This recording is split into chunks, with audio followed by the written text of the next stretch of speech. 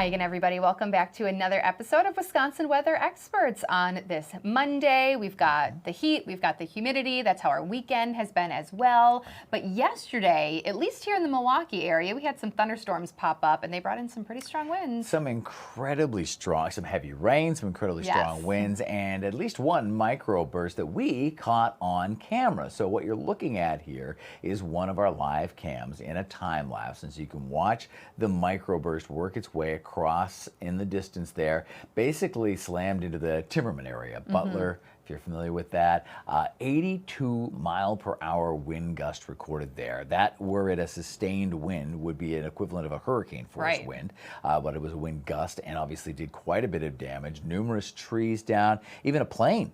Exactly. At Timmerman Airport, there was a report of a small, empty plane, thankfully, that was essentially tipped over from this very strong wind gust. Remember, those little planes, 80 miles per hour, that's still a very, very strong gust. Right. And I think this would be like a smaller Cessna. That's what Timmerman typically has on their runways, is smaller personal jets or personal aircraft. Right. But even so, it's not like they are, weightless. Exactly. It takes a lot to tip that over. So this microburst did quite a bit of damage there, and amazing to catch it on video. We've had a pretty active few days, few weeks, and it's been kind of hit or miss. Some areas were hit hard, some areas not so much. We've had very different dynamics forming all of these different types of storms. So to dig a little deeper on that, we turn to Chief Meteorologist Tom Wachs. Well, let's dive into the science of thunderstorms. This is so cool. This is a viewer photo from the Fontana area, so near Geneva Lake or Lake Geneva in southern Wisconsin. And what you're looking at here, you're looking to the northwest into a thunderstorm where you can see the updraft to the left, that will be the air going into the storm, and the downdraft on the right, or the air coming out of the storm with the rain, the wind, and the hail. So this is what it looks like on the radar. And you can see, again, from the radar vantage point, the areas showing where we have the heavier rain coming out of it. Again, as you're looking to this on the right side of the storm, you're seeing that heavier rain coming out of that thunderstorm. In fact, this storm, when it was west of the Lake Geneva area, the top of the storm was topping over 10 miles in the air, over 50,000 feet high. Isn't that wild to think about? So you'd have to go into a hot air balloon over 10 miles high to reach the top of that thunderstorm. Why does that matter? Well, what happens the higher up you go? The colder it gets, right? So the taller these storms get, the colder they are, the more ice they produce, and that ice leads to a separation of charges in the thunderstorm, which creates lightning. Then that lightning subsequently creates thunder. So there you go with a little more science there. But check this out. This is absolutely wild. So now we have a 3D vantage point. So we have tilted this storm into 3 dimensions here as we are looking to the northwest. So again, the photo was taken at Fontana there, looking to the northwest. So we're looking at this same view here at the time that the photo was taken. So what you're looking at is the updraft, or the air, the warm, humid air that's feeding this storm, that is going up into that thunderstorm. So it goes up, the air cools, it condenses into tiny little water droplets or ice crystals, and then it comes back down as a downdraft. Now, if this were a really big supercell severe thunderstorm type of a cell, we would have what's called the forward flank downdraft in this case. So that's where you're going to get the rain, the hail, maybe a shelf cloud. A lot of times we'll show pictures of shelf clouds, and that's coming out of this downdraft or forward flank downdraft portion of this storm. If this storm had been a stronger variety of a storm, you would actually get a secondary downdraft on the backside of the storm. That's known as a rear flank downdraft. And when you start to get that in a supercell, well, then you can start to get more tornadic activity going on, and that would actually happen in this updraft region in what we call the rain-free base of the storm. Now, we didn't see the storm in this case reach to that intensity. So in this case, it was the updraft and then the forward flank downdraft. So you're actually getting the precipitation in this case on the front side of the storm. As we take another look here of the picture, you're getting the precipitation on the front side of the storm. The storm is moving to the right in this picture. So you have the forward flank downdraft, and then you have the updraft, or that warm, moist air, feeding that storm as the air flows in. Isn't that wild and so cool to be able to match the science along with the photos here as well, to really be able to capture the updrafts and downdrafts of thunderstorms. There you go, the ups and downs of weather in general, right? Yes. And now that you kind of know the science behind all of that, we have, unfortunately, quite a few incredible storms to show you just from the weekend. Let's start in Bismarck, North Dakota, just an eerie sight here. Look at that. It looks like it's out of a movie. It is real life. It's a confirmed tornado that was spotted a few miles north of Bismarck. It was on Friday. They had 9 confirmed tornadoes touch down in North Dakota. Now, the National Weather Service representatives are still going to be out there assessing and determining the EF rating on this, but obviously that looks to be a substantial storm. And at night, Right. is never a good thing. So Right. very crazy video footage there. And now to some Saharan dust that we have been talking about on and off, or I'd say over the last month, right? This is in Miami. This is from Fox weather correspondent Brandy Campbell a couple days ago, over the weekend, I should say. So this was what sunset looked like over Miami. You can clearly see Wow, some of look that at that dust, that really vibrant orange color to the sunset there. I guess it's been a little bit since we've had to talk about wildfire smoke here locally, thankfully, but we know very well that we've had this view before, but more so from smoke, but they are more so dealing with that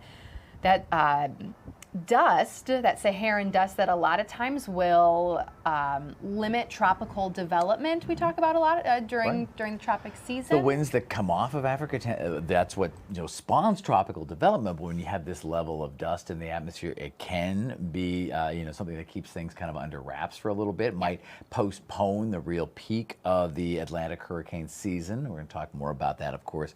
The Atlantic and Pacific season's coming up in just a little bit. But yes, that dust can suppress, but it can also be part of creating. And when you do get a tropical system, you get a lot of tornadoes out of that as well. Yeah. So we're back to tornado here with Canby. We're going to go back to Minnesota.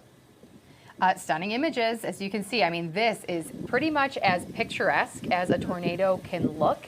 And I've seen this all over social media too, but this was over the weekend in Minnesota near Canby, as Rob mentioned, which is right by the South Dakota state line. Not too far, I would think, from where you used to work before you came here. Yeah, I know. I think I saw Gary, South Dakota on some of the videos that I saw on social media, so very familiar with the area. Storm chaser Bill Doms caught this on camera, and while there was some damage to property, thankfully no reports of any serious injuries. It looks like a very open area, which much of this part of the country is, Sure. so we could be very thankful for that, but wow, that is crazy footage. Another amazing piece of footage there. And then we had at least 3 tornadoes touching down in Carver County in Minnesota. This is a look at Lake Waconia, where one of those tornadoes was packing winds of about 95 miles per hour. You can see the damage there to the trees, the docks on the water, just completely obliterated for sure. Another tornado touched down just south of that area near a town called Cologne, if you're familiar with the area. And another Doppler confirmed tornado was spotted in Victoria as well. Very, very active night in that part of our neighboring state. Wow. Yeah, the docks, I mean, docks are sturdy for the boat, obviously, but they also have to be flexible in order to float with the water. Yeah. And when that wind hit them, I'm sure they just tore like shreds. And you have to remember, too, it wasn't this past weekend, but the weekend before that, where the Dakotas and Minnesota, specifically North Dakota, had rounds and rounds of severe weather. So this is almost back-to-back weekends of tornadoes and very strong wind in the same spots, essentially. Yeah, very busy. You're right, just hitting it. Some kind of like a training effect. It's just running over the same part of the country over and over and over again.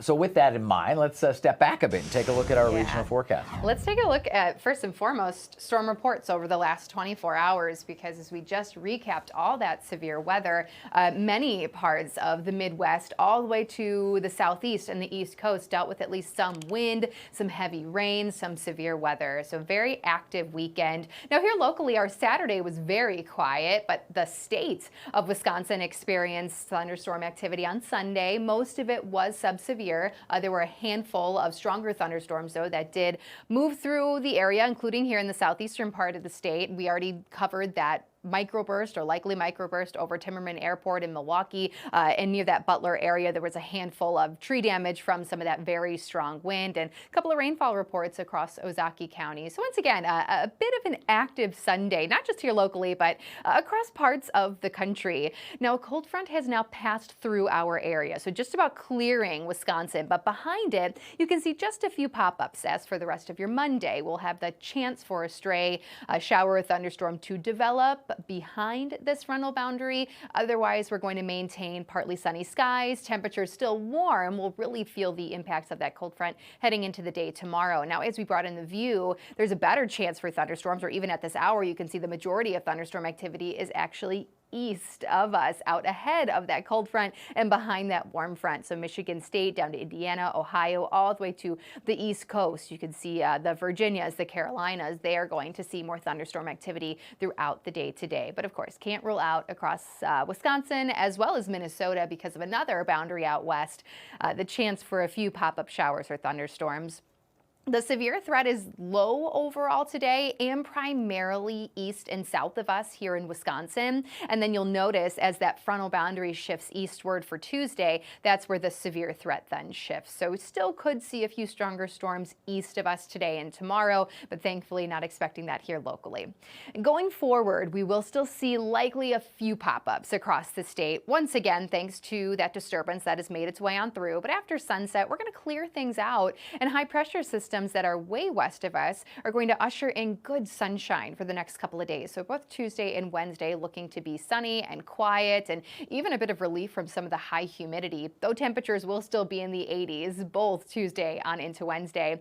As we fast forward through Wednesday, as you can see, Wednesday evening or later Wednesday night, we could end up seeing a few thunderstorms developing in eastern parts of the state. So we may start a chance for thunderstorms late Wednesday. And I know it's only Monday, but the holiday weekend is upon us. The 4th of July is on Friday. There is the chance, as we look ahead to Thursday and switch over to our Fox model, to maybe see a pop-up in the afternoon. I think Friday is looking very similar too. So both days looking primarily dry, but could see a few pop-ups late in the day as we see some of that peak heating. And Friday for the 4th, it is going to be hot and humid too. We're already looking at the potential for upper 80s, low 90s, that higher humidity with dew point in the 70s.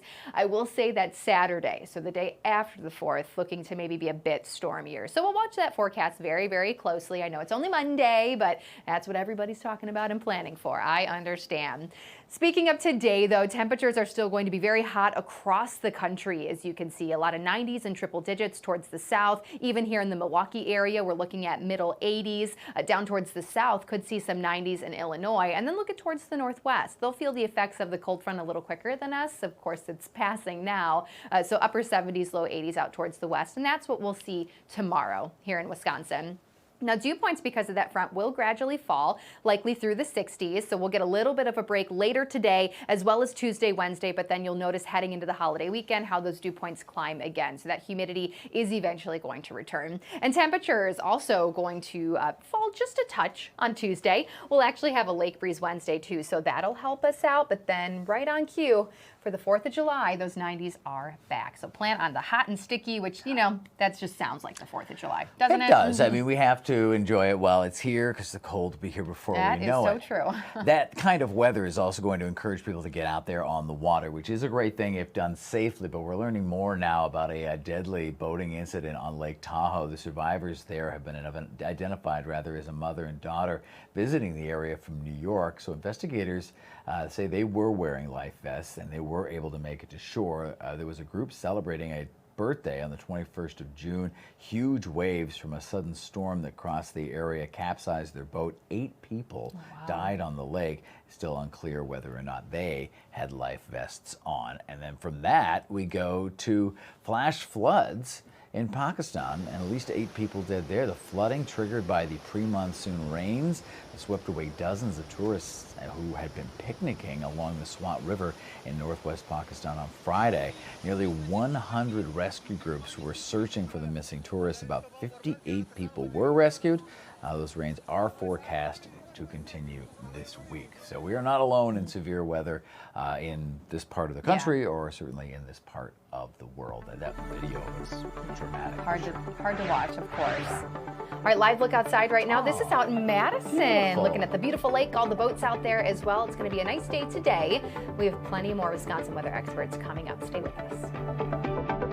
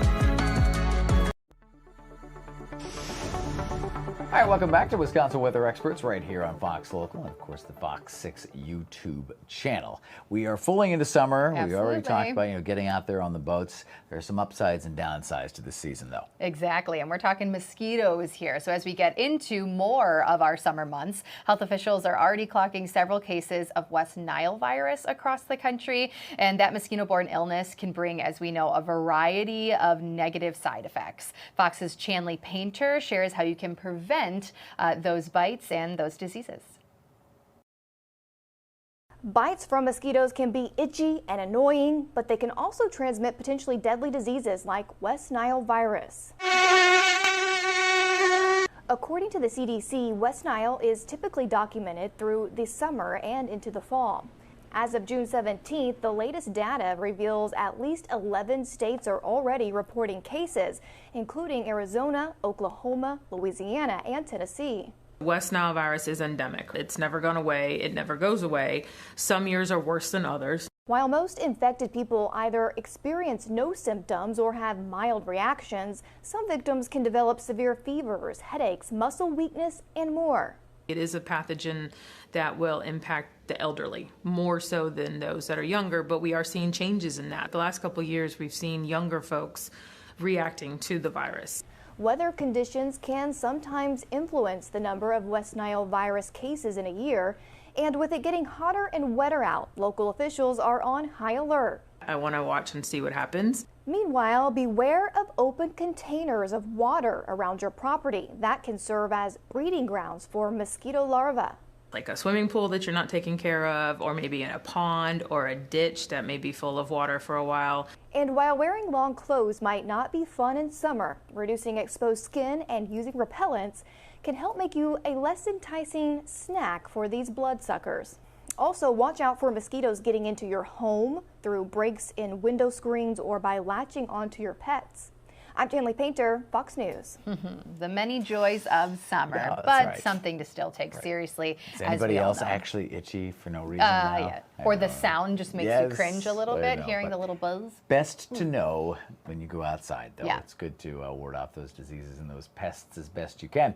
We're switching over to the tropical scene now. Yes, we have a couple of different systems that we're watching across the tropics and could see more in the days ahead. So here's a look down south, as you can see. Now in the Gulf, we have the remnants of Barry right now, and then you can see just off the coast in the Pacific of Mexico, tropical storm Flossie, like that name. But the Pacific season much farther ahead, already up Flossie, you know, it's alphabetical, right? Right. Meanwhile, the Atlantic season, like you said, kind of lagging behind a little bit, possibly because of the Saharan dust. Right, exactly. That being said, though, Rob, the National Hurricane Center does have parts of Florida and, you know, surrounding parts of the Atlantic and the Gulf in an area to watch. Remember, this is for the next 7 days for a chance of development. Right now, it's only about a 20% chance, and they're more so looking at late in the week, so maybe closer to the holiday and holiday weekend was just something to watch. But there's going to be a front that stalls out, and that could potentially lead to, you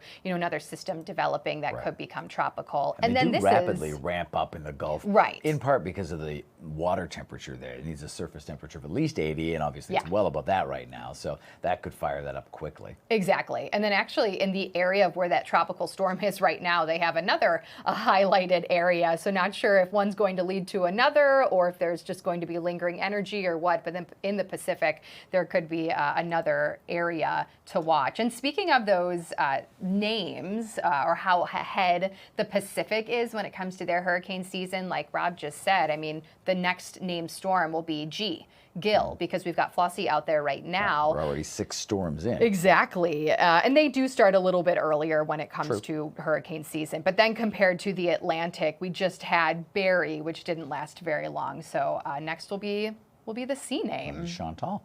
And it's interesting that the Atlantic tropical season, it's still being forecast to be an above average season despite a slow start. Right. Which means the latter half, which is typically the more active in the Gulf, could be very active. And when they form like that in the Gulf, that means it has a bigger impact in the United States. Yes, so we'll be watching absolutely. probably more like August, September, October as we get toward that last 2 or 3 months of the season. Yes. And unfortunately, storms like that can wreak havoc on marine systems and, of course, boats and things like that. An interesting story here. Authorities initially released some images of a sunken super yacht. So take a look at this. The ship sunk off the Sicilian coast near Palermo during a violent storm there last year. So British tech entrepreneur Mike Lynch and his daughter and 5 others tragically were killed in that. Well, 15 crew members, including the captain, did survive. So the yacht was then lifted from the bottom of the seabed earlier this month. It'll be examined by investigators looking into what caused it to sink. I mean, obviously the storm was a part of it. And interim report from British investigators says the yacht was capsized, at least initially, by extreme winds, the initial cause there. But Italian authorities are looking into the sinking as a criminal investigation. wow. Perhaps there's something more going on beyond the weather. So we'll keep an eye on this interesting developing story that is, at least in part, weather related. Yeah, that's very interesting and something to monitor, to say the very least. Right. Let's see, it is 12:24. I am thinking we should probably take a quick break, I Rob. think we should get to a break, and then we'll come back and we'll have a little bit more Wisconsin weather experts for you on the other side.